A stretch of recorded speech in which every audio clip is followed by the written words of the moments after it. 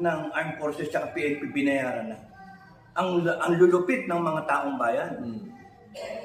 You have no right to say that because yung mga armed forces ninyo, nagagalit ako doon, yung mga armed forces ninyo, nagbuwis ng buhay. No? Lumaban yan para ma-maintain ninyo yung buhay ninyo ngayon. At hanggang ngayon naman. Hanggang ngayon, nandyan sila. Yung mga na-retire, hanggang ngayon, naghihirap yung iba. No? Ako nga, walang pensyon eh.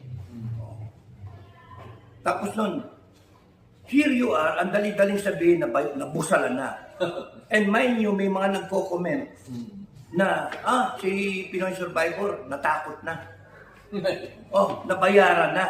Pati yung si Makanas, nabayaran na. Natakot na. Ang mga walang yaka yung mga nagsasalita ng ganon. Hindi nyo nakikita yung dumadaan sa